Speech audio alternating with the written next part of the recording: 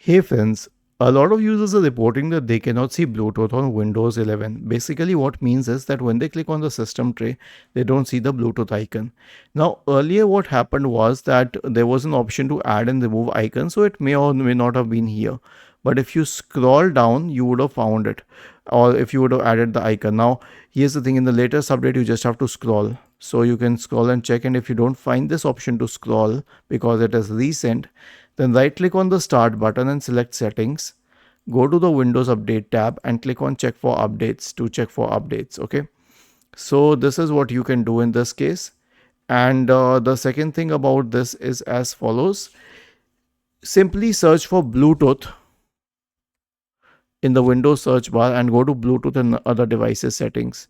You will find the Bluetooth switch here to turn it off or turn it on. Okay.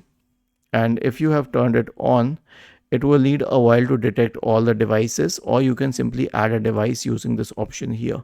I think that using it through settings is the best option, because even if you were to use it through the system tray, you will have to click on more Bluetooth settings to be able to add all devices properly.